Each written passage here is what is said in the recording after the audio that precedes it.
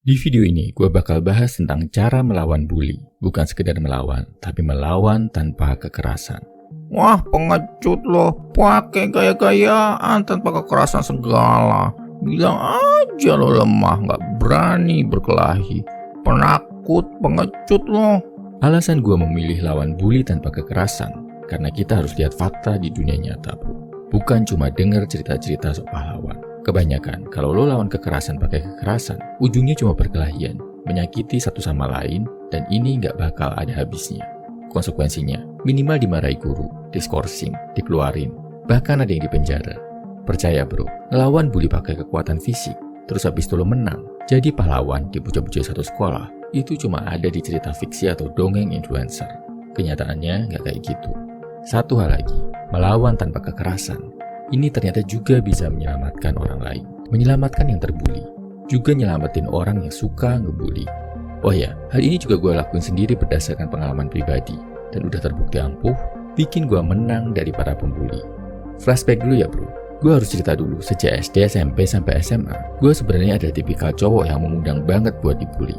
Tinggi, kurus banget, hitam, miskin, payah olahraga, muka juga pas-pasan. Tinggi gue 184 cm. Berat cuma 45 kilo. Banyak yang kasih julukan gua jerapah, jerangkong, disamain kayak Peter Crouch, mantan striker Liverpool yang tinggi kurus aneh banget pokoknya.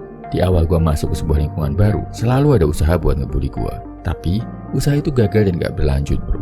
Bahkan di zaman sekolah, gua selalu duduk sebelahan sama anak paling nakal di kelas. Tapi, gua gak pernah kena bully. Kok bisa? Ini jurusnya bro. Pertama, jangan ngelihat orang yang ngebully lo sebagai musuh, tapi lihat dia sebagai orang yang perlu bantuan. Jadi niat kita bukan melawan dia, tapi nolongin dia. Buat ngelakuin ini, memang perlu kebesaran hati bro. Masa udah dihina-hina, diserang secara fisik, kita masih mau nolongin dia. Tapi begitu lo sadar, kalau pembuli itu perlu bantuan, lo dengan tulus bakal coba nolong dia. Dan namanya orang, kalau udah ditolong, pasti sikapnya melunak. Secara teori psikologi, ini memang benar bro. Pembuli itu biasanya adalah orang yang kurang perhatian dari orang tua, punya masalah di rumah, pengecut, dan sebenarnya insecure banget sama dirinya sendiri. Dia coba numpain semua itu dengan menindas orang yang lebih lemah. Dari kecil, gue ngelihat pembuli sebagai orang yang perlu bantuan. Makanya, saat mereka mencoba nyerang gue nggak coba nyerang balik. Awalnya gue cuekin, gue menghindar ke tempat di mana mereka nggak bisa ngelanjutin buliannya. Misal ke halaman sekolah, ke perpustakaan, atau ke depan ruang guru. Habis itu, kalau ada kesempatan di kelas, gue samperin duluan. Gue ajak mereka ngobrol bro.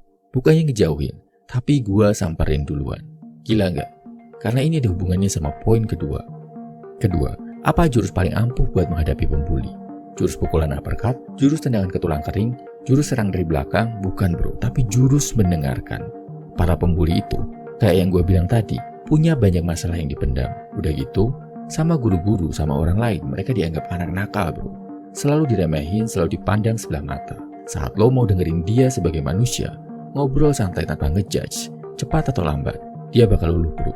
Bonus, posisikan diri lo sedikit lebih dewasa dari dia, ibaratnya kayak kakak. Mau dengerin, mau kasih nasihat, mau sharing, tapi nggak ngejudge dan nyalah-nyalahin. Ketiga, apa yang diobrolin sama pembuli tadi bro?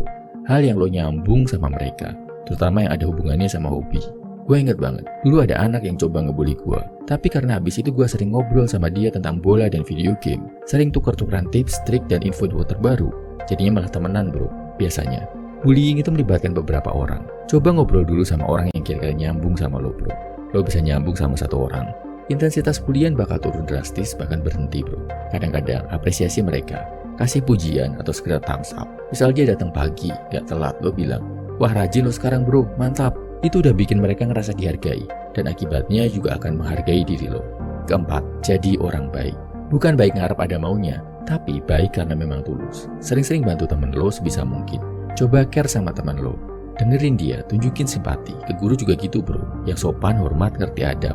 Jadi, kalau orang lain ngerasa lo adalah orang baik, saat mereka tahu lo dibully, mereka bakal ngebelain, bakal ngelindungin lo bro. Karena dulu gue respect, hormat, santun ke guru. Guru-guru juga jadi sayang sama gue bro. Pembuli udah mikir duluan mau nyerang gue. Karena pasti, guru-guru maju, teman-teman lain juga bakal maju ngebelain gue. Ini cuma karena gue respect, hormat, bersikap baik ke teman dan guru bro. Bersikap baik ke siapa aja, termasuk ke anak yang dianggap nakal. Gue sering banget dengar anak nakal yang bilang ke temennya tentang gue. Mereka bilang gini, ojo diganggu, wongnya apian kui. Kurang lebih artinya, jangan diganggu, dia orang baik. Paham ya bro? Lo bisa lepas dari bullying dengan jadi orang baik ke sesama.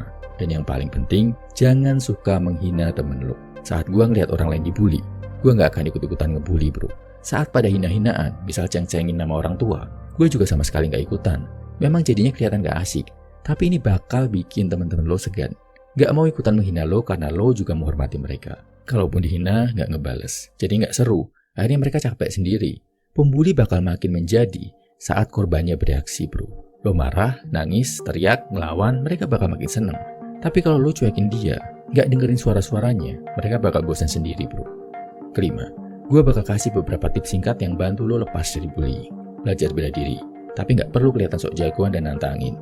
Ikut ekskul bela diri di sekolah biar yang lain tahu. Dan ini juga buat jaga-jaga kalau diserang pakai hal-hal yang membahayakan. Jadi lo bisa membela diri. Olahraga, bangun massa otot, bikin postur badan lo tegap. Sejak gue rajin olahraga, dengan tinggi badan 184 cm dan berat sekarang 74 kilo, jangankan ngebully, orang mau ngingetin, negur gue aja, kelihatan segan bro. Jadi memang terbukti, postur tubuh yang bagus itu berguna banget buat melindungi diri. Jadi jago dalam hal tertentu, misal pelajaran atau game, terus bagi-bagi pengetahuan yang lo punya. Kalau udah ngerasa nggak tahan, cari orang yang mau dengerin lo. Kalau wali kelas nggak dengerin, cari guru lain yang mau dengerin dan bantu lo. Terus satu lagi, ini berat dilakuin, tapi bener. Makin lo mengasihani diri sendiri, makin gencar pembuli nyerang lo. Tapi saat lo coba mengasihani orang lain, bersimpati sama orang lain, orang akan segan buat ngegangguin lo. Oke bro, kesimpulannya, buat mengatasi pembuli, coba jangan melawan dengan kekerasan, tapi pahami kalau mereka itu adalah orang yang perlu dibantu. Jadi, diamkan, cuek aja waktu dibully. Kalau ada kesempatan, ajak ngobrol dan pahami mereka. Yang penting, lo juga selalu jadi orang baik, yang suka menolong, gak suka menghina sesama teman. Jadi mereka juga akan segan sama lo.